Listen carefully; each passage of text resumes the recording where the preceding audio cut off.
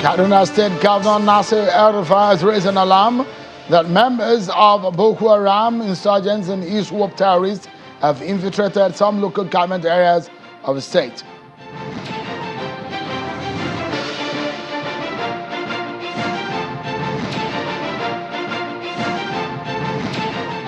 And in the wake of the recent attack on the Abuja-Kaduna Expressway, the Minister of Police Affairs says another approach to safeguard that route is to ensure air patrol.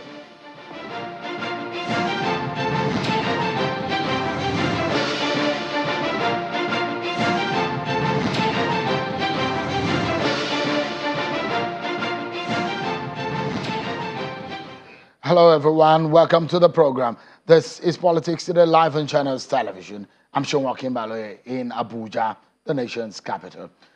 We're never in shortage of major political stories. They're always grabbing the headlines, and those get our attention tonight on the program. Plus, our eyes are on the presidential primaries of the different political parties, as it's just about 10 days before some of the political parties will decide on who becomes their flag bearer. So we mean everyone. It's going to get very much interesting in a couple of minutes. Let's get started, shall we? Let's start by telling you that the Kaduna State government has raised an alarm about the activities of terrorist groups in the state. Speaking during the presentation of the fourth quarter security report for 2022 to the State Security Council, the Commissioner for Internal Security and Home Affairs, Samuel Arwan, says that members of the Ansaru and Boko Haram terrorist groups have infiltrated some parts of Benin Gwari and Giwa local government areas of the state. Governor Nasir El-Rufai expressed concern that the terrorists are moving from the northeast to the northwest with the intention of causing havoc. The governor is also worried that the conduct of the 2023 general elections might be compromised in Kaduna State if the security challenges are not addressed. The first great concern is the emergence of Boko Haram terrorist enclave, as well as the activities of Ansaru, particularly in Birnin Gwari and Chikun local governments. Amongst those kidnapped from the train, Abuja-Kaduna train, was a former roommate and classmate of mine. Throughout the period that he was in captivity, it was very clear that the terrorists were making comments like the forests in Kaduna are even better than Sambisa, so they should all relocate here. I think this is an area we should be very concerned about, and this is why we've been making the point that the problem of insecurity now has moved from the northeast to the northwest.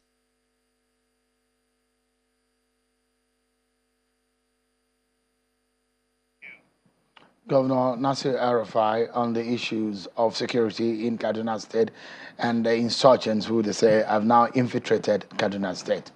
Well, in the wake of the recent attack on the Abuja-Kaduna Expressway, the Minister of Police Affairs, Mohammed Dingyadi, says the federal government is considering alternative options of securing the expressway, which has become volatile due to the attacks on the route. The minister was speaking at the bi-monthly ministerial briefing at the State House in Abuja. This is an issue that should have been addressed by the Police Service Commission, who have the statutory responsibility to conduct promotions for police. They are not here, and I am aware that the Police Service Commission is directly under the Presidency, so I cannot speak for them. And but what I know is that Mr. Magu has already retired, and I think that's all I can tell you now. The fact that he was promoted is a matter for the Police Service Commission to maybe throw more light on. And I'm not aware of the position of government on the report you are talking about, and I think it is still being under consideration. And it doesn't mean that when he retires, the laws will not catch up with him whenever he's found guilty of one thing or the other. So I think it is not completely a finished business. The Minister of Police Affairs, Mohammed Dingyadi. Now, today at the Supreme Court, what a lot of people thought would be a day for the Supreme Court to give its position on the Electoral Act has become contentious for many political parties and, in fact, politicians and those who are in government. But the Supreme Court today granted Rivers State's request to join in President Muhammadu Buhari's suit against Section 84, subsection 12 of the Electoral Act. Hearing in the suit is now being fixed for May 26. The Supreme Court fixed the date after joining Rivers State as an interested party. Justice Mohammed Datijo adjourned the matter following the concession by Buhari's lawyer Lateef Fagbemi that the Speaker, Rivers State House of Assembly, and the Attorney General, Rivers State, be joined as parties. Take a listen to some of the lawyers after that session today. That's my discretion, and I've exercised it. To me, the matter is urgent. So, and then since we are not allowed to reply orally, I had to make a choice, however hard or difficult. So that was what I did. You see, why are you asking me? Even if I'm not satisfied, what can I do? You're asking if I'm satisfied. The court has rules, and we're all bound by it. So you see, you can't hide your feelings or your something. Anyway, there's no PDP here.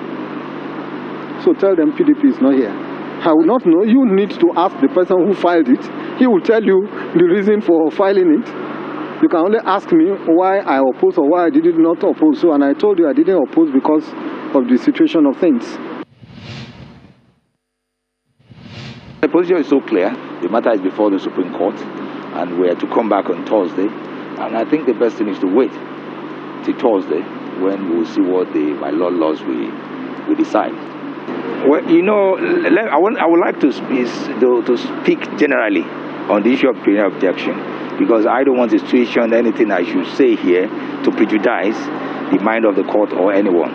Preliminary objection is when you believe this matter would not be filed here, and that is the main reason that what is being done, we believe it should not be here. And as a council, we file preliminary objection. But to go into the detail, let's wait for the outcome of the court. All right. Tonight, we continue our engagement with major contenders. But before then, it will be nice for you to have an understanding of what has become the state of the race across the country, because politicians are now going around, preparations for primaries, a whole lot of activities are going down in several parts of the country. Take a listen to your political roundup.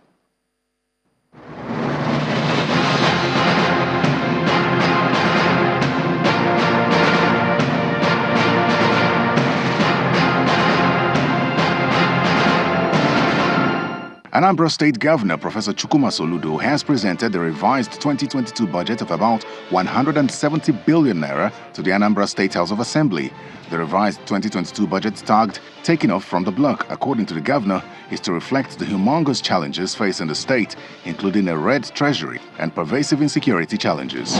The governor of Sokoto State and presidential aspirant of the People's Democratic Party, Aminu Tambuwal, is assuring Nigerians of his readiness in ensuring accountability, devolution of powers and restructuring, as well as providing adequate security to salvage the country from the impending collapse. Governor Tambuwal made this promise while addressing officials and delegates of the People's Democratic Party ahead of the presidential primaries of the party in Ogun State. And I can assure you that it's going to be about teamwork, and together we shall be able to rebuild this country, reunite this country, rescue this country, and set this country on the path of growth, prosperity, and development. The immediate past Minister for Transportation and presidential aspirant of the All Progressives Congress, Mr. Rotimi Amechi, says he will deregulate power supply in order to allow states to transmit electricity if voted in as the next president of Nigeria come 2023. Addressing APC party delegates in Kano as part of his consultations, Mr. Amechi says his administration will provide job opportunities for the unemployed youths. I become the president of this country, will amend the law that views the institution as the exclusive preserve of the federal government. Former president of the Senate and presidential aspirant of the People's Democratic Party, Bukola Saraki, is urging delegates in Taraba State not to vote for candidates based on sentiment in the coming 2023 general elections if truly the party wants to return to power at the center in 2023. Saraki was speaking at the Government House Jalingo, Taraba State, where he met with the state governor Darius Ishaku and PDP delegates in the state. I believe with your support I become president, I'll make this country better. I will create massive investment in agriculture and mining. The re-election bid of the Ogun State Governor Dakwa Abiodun receives a boost today as students under the leadership of the National Association of Nigerian Students as well as the National Association of Ogun State Students passed a vote of confidence on him. The students during a peaceful rally held across major streets of Abeokuta, the state capital, say their resolve has become imperative in view of the purposeful leadership hinged on transparency, accountability, and glaring achievements of the governor in the areas of education, health, youth empowerment, among others. We in the student constituency are here and we will definitely support him whenever they need a right. The Elders Council of the Presidential Support Committee has called upon the NWC of the ruling All Progressives Congress, APC, to zone its presidential ticket to the south. Addressing journalists in Abuja, the chairman of the group, Abubakar Keilani, says by doing so it will ensure equity, fairness and justice in Nigeria. The group is also throwing its weight behind the Minister of Niger Delta Affairs, Godswill Akpabio, who they describe as the most qualified candidate in the south due to his track record as a public servant. If given the opportunity to be elected as President of the Federal Republic of Nigeria, is no way other than His Excellency Senator Godswill Akpabio. And the Yobe State House of Assembly has debunked impeachment rumors of Governor Mai Mala Buni, published by an online media outfit, and a video clip which went viral on social media. The Vice Chairman, House Committee on Information of the House, Abdullahi Bazua, says it was a unanimous decision of the 24 House members.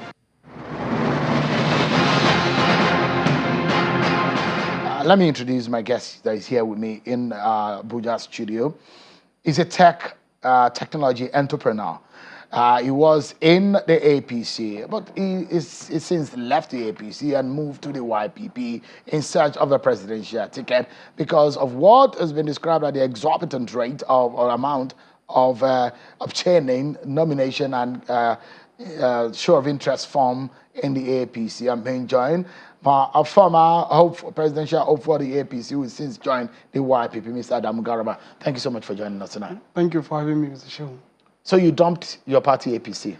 Yes, I have to leave the APC because APC have become a kind of a party that is displaying so much into anti-democratic tenets, and over time now it has become a financializing asset for the entire political environment that we are heading to. And this is a third world country. So a situation whereby you financialize political participation in a third world country, you are causing so much damage to the future of the country. Worst case, in Nigeria's situation, the sources of our money is coming from the ground. It's from material, not human brains. So a situation whereby you financialize everything, you financialize healthcare, you financialize education, you financialize even road transportation. I saw the minister is talking about air patrol on the highway, and now you financialize the political office that is supposed to deliver the public good. It means that we are heading to a situation whereby the life has no incentive to survive and is very dangerous to our system. And that is why I said, APC, since it's taking us to that direction, we have to define new path, a pathway forward that will remove Nigeria from poverty and transit it to be one of the greatest countries in the world, away from the crass nepotism and the crass cronyism that is evidently happening in APC over time that I have been there. But did you see this when you were there? I was there. I've seen it. Oh, you were there and you saw it? I saw it. But you never spoke out the party? I did. In fact, I'm one of the most critical person inside APC. If you check all my reports. Oh, no, I'm not sure. Some yes, of us I did. I've heard you say it. But it does look like you have moved to the other side now and you saw the light. Yes, not like that. I have been inside APC. I'm those kind of personalities that usually believes and hope in when people promises to deliver something. I give them all the benefit of doubt. And that's why I was an ardent defender and supporter of the APC in the hope that we will see the light. So over time, activities keep coming. After the 2019 election, so many promises were made. Nothing is fulfilled. And again, when we come to the primary election where we are thinking, in the convention ground, we were thinking there could be some level of soft landing for the young people to participate in the process of running the party affairs. We were sent out. And when we come to the secondary or primary election, suddenly we now have a very high amount of money, to the point whereby if you are a young man in Nigeria and you try to participate in any political activities in the APC, it is very clear that you are just trying to waste your time. Because over time, we're just packed, mushroom, dustbins. Maybe they will want to put fire on us and burn us. So this is not the kind of party we should stay in. And that is why I believe the future of young people is outside the APC.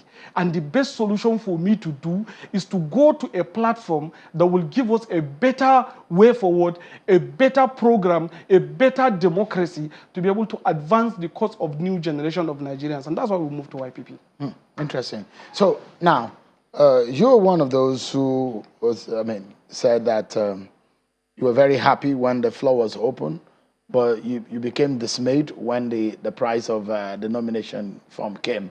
But you went out to start donation plea. How much did you get? I got 83 million. And what happened was, immediately I complained about the exorbitant fee, and the party responded, through the interview by the party chairman, who said that it's an effort to separate the serious contenders from the unserious ones. I said, okay, maybe I'm the only one complaining. Why can't I release this information so that every other person can also participate? I decided to throw out account number for the campaign online. I then called my friends and family and associates to sit down, let's organize ourselves and see if we can be able to do that. Maybe I'm the only one complaining. And eventually, after doing that, we were able to realize 1.4 million naira online and about 82 million naira between my friends and associates. And suddenly, we now have this page 18 that came out requesting for signing of your post-dating your withdrawal before you participate into the primary election. And I called them for a meeting, especially my friends and associates. We sat down in a given area and then have a conversation. And predominantly, we voted between ourselves. Should we go to continue in the APC because my own is 65 million? Or should we just stop the contest altogether? Or should we move to another party? There are little contending voices. Then we now say, okay, let's throw it to the vote. 20 of us, 17 voted for us to move to another party. And we decided to move to another party. Those among us that said since they are core APC members, they wanted their monies, we refunded them back. Those that donated online that said they wanted some of their monies to be refunded, we published the account record and asked them to send requests, and they did, and we refunded them back. How much have you refunded now? Yes, so far I think we were able to refund online. I don't know the amount, but I know that we refunded 24 people. I'm not the one in charge of that area. But within the friends and associates, we refunded about, I think, 18 million or so. So how much do you have left now? Yeah, we still have some money. So how much did you purchase the firm from the YPP? YPP is 7.5 million. So you still have a lot of money left. It's not a lot when you talk about politics in Nigeria, where our senior citizens are supposed to make it easier for people to play. They have financialized it. 100 million for just a form. So you can imagine how much are you going to spend. A situation whereby I'm supposed to tour this country. We just finished even have a meeting organizing a program for me to tour around the 6 geopolitical zone to meet our party members. And there are so many people that are buying forms to try to aspire under our platforms by me joining the party. So I'm supposed to go and see them, give them moral boosts and support them. It's a huge Herculean task that we will not give up as young people of Nigeria, because we don't believe this is the kind of country we should inherit. This is a country that has become so much confused. I heard that you are asking about the security problem. Governor Nasir El-Rufai is just talking about the infiltration of Boko Haram in the center, a reflection of a collective failure of leadership.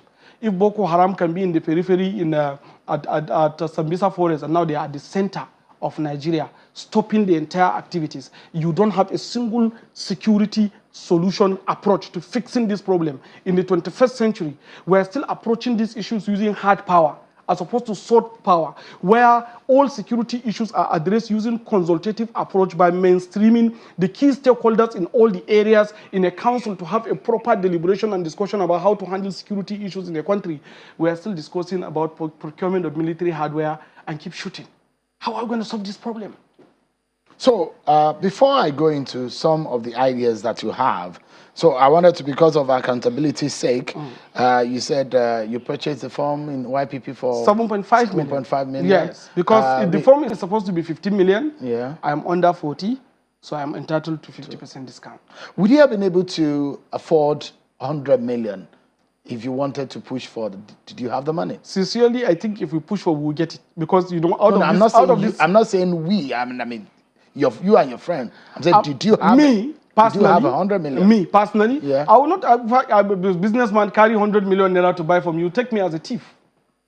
I don't have 100 million naira to buy a firm just to participate in a political election process. It doesn't make sense.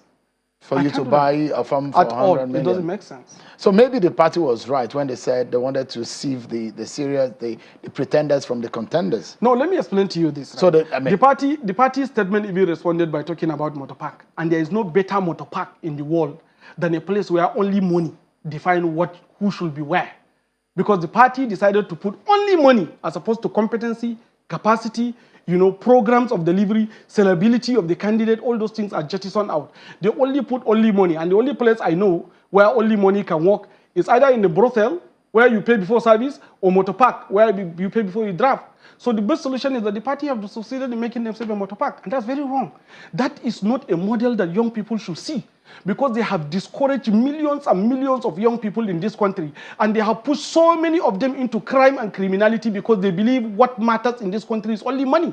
So you say that the APC is not for the young people? It's not. That's why we call it Old Progressive Congress. It's no longer All Progressive Congress.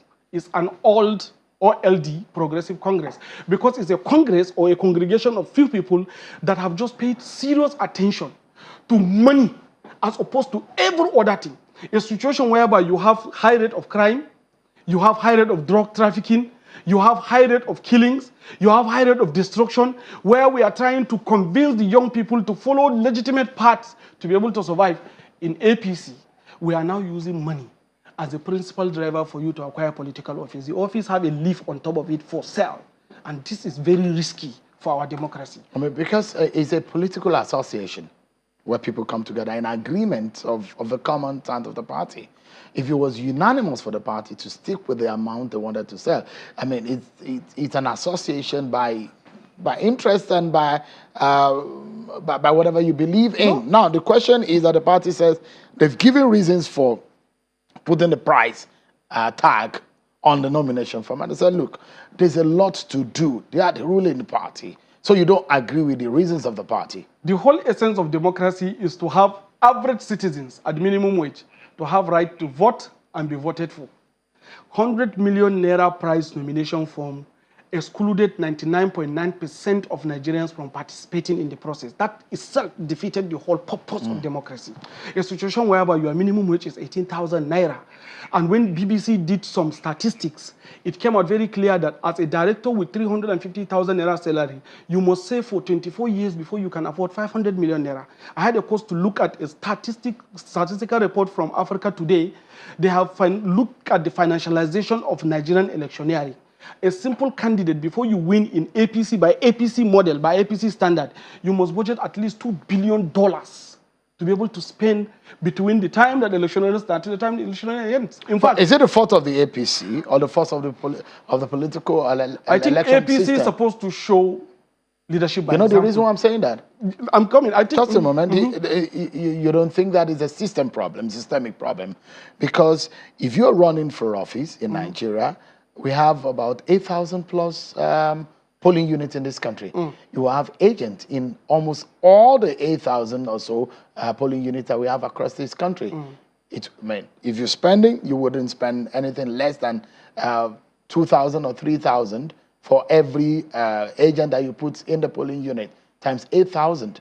You need a lot of money to prosecute an election in this country. Is it a system problem or a particular problem to the party? The whole reason why we did everything possible to bring back APC in government, and some of us even donated to the government to come on board as at 2015, was to bring about a complete holistic systematic change. Failure to do so is why people like us are aspiring with a program and a systematic approach to the changes that was going to bring about the systematic approach to everything. We are looking at the whole system and try to re-engineer it so that we can go away from that kind of confusion to a more united, frontally organized country that is driven by economics integration as opposed to the politics of polarization that we have in this country. We come up with a robust program, 17 years of research, 146 countries study to come up with a program and plan that once you integrate into Nigeria, we are going to remove ourselves from all those kind of confusion that is threatening to kill us, threatening to destroy us, threatening to show us that the kidnapping is more better than going to work in a formal environment. So we have to remove it completely and replace it with a new system. Right. And that's even the basis for which personally I'm aspiring for. We're due for a break. And the question that I was going to pose to Governor Umai is, today, Nigeria is looking for that person that will have the solution to security problem. Just in about 40 seconds before we go on the break, do you have a solution to security problem? 100%.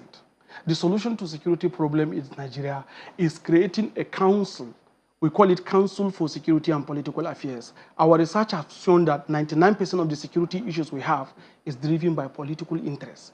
So the best way is to bring in the political and the securities interests in one room and then mainstream 350 traditional rulers into that same room representing each ethnic group to be able to discuss these security issues and identify the issues at their micro level to fix them based on the issues identified in those particular areas.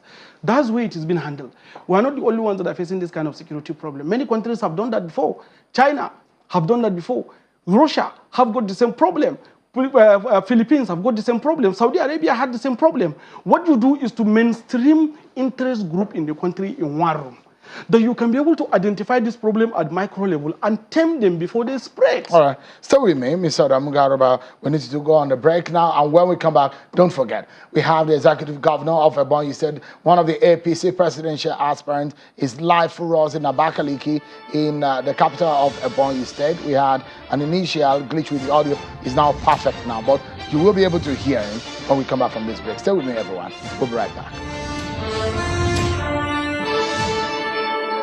Welcome back, everyone. I was speaking earlier with Mr. Adamu Garuba, a presidential hopeful of the APC, who dumped the party because of what he says is the exorbitant amount of nomination forms and has since joined the YPP.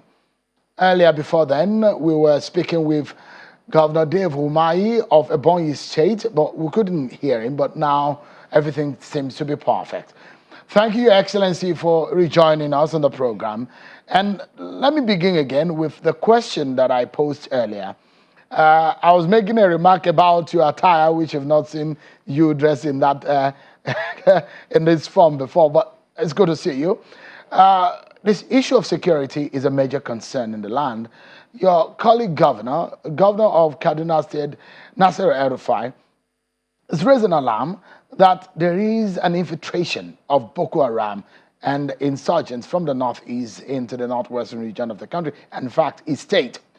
For anyone who wants to become Nigeria's president, solving the security problem is going to be very critical. What is your solution to the insecurity situation in the country?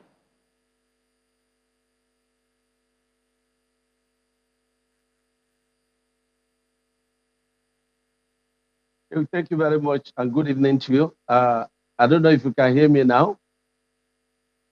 Yes, absolutely. I can hear you loud and clear. Loud and clear. Please go ahead. Okay. Yeah, thank you very much, Sheil. I've been in this kind of dress a couple of times. I should be able to see a number of my pictures and my outings. But the issue of security in the country is a major topical issue, and that's what occupies the minds of every Nigerian. And this is very key for anybody who wants to be president of Nigeria. But let me say that, security in the country and the level of insecurity we have, is to be addressed region by region. And first of all, we have to look at the fundamental issues, because this issue of insecurity is growing, almost every day. And people are very scared, of their safety in this country now. And so we look at, security region by region. Exactly what is happening in Southeast may not be what is happening in Northeast, may not be what is happening, Northwest, in South, and so on and so forth. So I think that what is to be done is to first and foremost, evaluate, the sources of this insecurity. And I can tell you, frankly, that you have a couple of factors, that started this level of insecurity we have now. We have the mismanagement, dated, in the time past. The young ones were not, planned for. The future was not secured for the young ones. A lot of them dropped out of schools, and you also have the issue of politics. Like in Southeast, the level of insecurity in Southeast, is progressive, with political activities. There are some politicians that are benefiting from such insecurity, and they tend to, encourage it. And then you also have, the issue of, the leaders not speaking out, no level of patriotism. People that believe that, if APC government fails, it is good for them, without knowing that if there is no country in Nigeria, then there is no political party. So I think that there will be, first and foremost, is to do evaluation, because it's region by region. And then second one is to find out why is it that, all the efforts being made presently, is not working. We need to know why it is not working. Because I know a lot of funds has been injected into, security, architecture in the country. But why is it that it's not working? One needs to evaluate all these things, and then begin to know how to tackle them. And there must be serious engagement. You have to move from region to region to engage, and you will be able to find out. The locals will tell you the truth. The politicians that appear on pages, on televisions and this thing, and tell you, I will stop insecurity, this and that, and they have had opportunities, and they did not do anything about it. I don't believe in political promises and talks. So I think this is the approach that I will adopt. So people will be looking for immediate approach, because one can imagine when President Buhari got on his day of inauguration, he made a very strong statement, a soundbite that a lot of people may not forget anytime soon, that he will take the control and command center of his administration in terms of security to the theater of war. And in fact, it will lead from the front. Those were the promises that were made at the time, and that is for nobody and for everybody.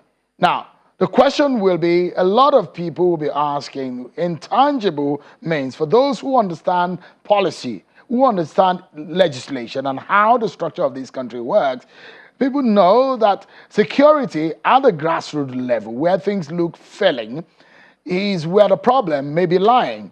So it comes back to one thing, the structure of our polity, the structure of our federal state. What in specific are you going to be doing in that respect?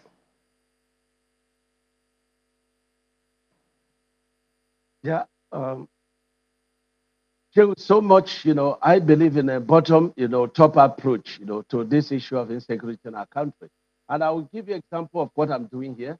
When we came together, as a people in Southeast, and they would say, let us form, combat, our vigilante, to a kind of, a synchronized and coordinated, vigilante that covers, the entire Southeast. And that was the feeling of our people. And so we started in a Ebonyi state. And the same politicians that in the National Assembly, they were asking for state police, they start to attack that. But the point remains that Ebonyi state remains one of the safest states because of this vigilante that are collaborating with the police. So there is still a need for community policing, for state policing. This is very important, because Mr. President can do nothing if he doesn't have information. And this information is coming from the grassroots. This the young people that are doing this killing, causing a lot of insecurity and fear. They live in the forest. They live in some uncompleted houses. They also live in completed houses. So there is a need for information. And that's why I said there will be a need. Immediate approach is to engage and to find out, from the people, how do we solve these problems? It is very key. And there is nothing you can, because even the politicians, you cannot rule them out. Just few days, when the president visited, a senator, his chief talk was caught with AK-47. And this AK-47 belongs to the policeman that was killed, a few months ago. And yet is the chief talk of, the opposition party senator. And this is, mind-blowing. And what is happening is that The politicians go about and they have all kinds of, security, official security. And this official security will be protecting the talks, the cortex, because in country Nigeria, it is to win election by all means. So there is a lot of political inclination and high security in Nigeria today. And that's why it is very important to engage. And it's very important for Nigerians to know that there must be a country called Nigeria before you are president or senator or governor and so on and so forth. Very low level of patriotism and everything is politicized. So the moment security is politicized in this country, and that's why you see a heightened insecurity in the country. And there is nothing anybody can do about it without engaging, using this approach. So quickly, would you be standardizing the concept of vigilante across the country should he become president? For sure, provided, yes, for sure, provided they are, being supervised, by the official, and federal police or state police. They must be under them. And in my state, I made very compulsory. It's even enshrined in the law that established the vigilante that you can arrest, but you cannot detain. The moment you arrest, within 2 hours, you must hand over to the police. And all instructions are taken from the police. And it is working for me. And I think that this is the way to go. The local people understand those who are bad boys amongst them. And this insinuation that people say, oh, that their security architecture is out is been, All right, we'll get back to the governor. It seems we've lost the connection with him. I still have with me Mr. Adamu Garuba. So we obviously, I said 8,000, over 8,000 polling units. It's actually over 8,800 wards in Nigeria and over 170,000 polling units in Nigeria. Now, does your party, the YPP, have that structure? Yes, we have structure across the 36 states, including the FCT, which is Abuja. So I'm going to tour all geopolitical zones, the 6 geopolitical zones. And with that, we are going to consult with the members of the party. And don't forget, this is a new generational movement. We are highly decentralized in our approach to everything. We are always horizontal in nature. We leverage on technology to reach out to one another. And incidentally, we are the machines that produce major political leaders that we have today. And this time around, we just decided to say, no, we want to produce ourselves. So it's going to be very interesting game we are playing. I know that it's going to be tough. A game where we want to draw a line between the older generation that have seemingly continuously failed us to a new generation that is going to replace experience with vision for the future of the country, where we are trying to transform ourselves because majority of us, we are members of the screen, we are not members of the book. But you can see in our system, everything still runs through the book. Even in our legislation process is the book. When you go to court process is the book. Civil service runs on a book. Banks, many things runs on a book. So, and our population are grossly also shut out of that system simply because we believe in the screen, not much of the book. So we are bringing a new order that is going to reconstruct and engineer the social order. What kind of president? What kind of president do you hope to be? Should you be given a chance? I will be a president that will put Nigeria on the path to growth and prosperity and make it one of the greatest nations in the world. We have these programs. In fact, our program is clearly mapped out, a 16-year program that will ensure that each Nigerian at least live above $10 a day. Apologies, Mr. Garba. Sorry, you have an advantage of being physically present here with me. Let me get back to Governor Dave Umahi, who for some reason, technically, we are unable to get him earlier, but now I understand that he's back. The question I was going to ask you is about the issue of zoning and the stance of your party. When Senator Orji Uzor Kalu was saying that they're not happy about the fact that the Southeast is not being given priority as the Southeast had voted for the past president in this country. Do you feel the same way Senator Orji feel? Well, let me first of all share. Can you hear me? Absolutely, I can hear you. Go ahead, Governor. Please go ahead, Governor. I can hear you. Yeah, let me say that Engineer Dave Umahi as a person can compete, very well with the rest of the APC presidential aspirants. Before I come to answer your question, and I will continue to say that the Nigerian nation should, evaluate the kind of president they want now. The state of our nation is such that, we do not need, four politicians to be the president of the country. And I can say it anyway, anything. We are a developing nation. An engineer must be given the opportunity to build this country, and then we hand over to politicians. The country is not built. The food is not yet done. And it is when the food is done that the politician will be invited, to get it.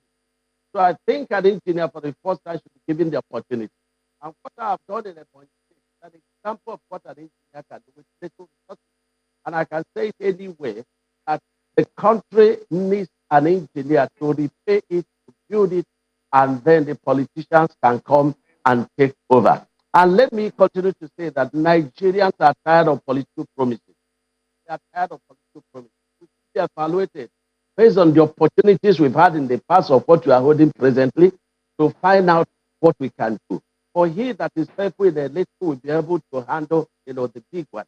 And so when people come on the pages of newspapers or the pages of television and make a lot of political promises, whereas they have not been able to discharge themselves and avail themselves of the previous opportunities given to them. That is not what we are talking about. If you are looking for money bags, I'm not there. If you are looking for somebody who is given to sharing money, I'm not there. But if it is for performance, and if it's a man that has the fear of God and he has a heart for the people and for the wonders of this country, I tell you that I fit in at a very challenging moment like this. And on the issue of zoning, you said that four northerners are there. And I've said, look, there is a conspiracy theory here.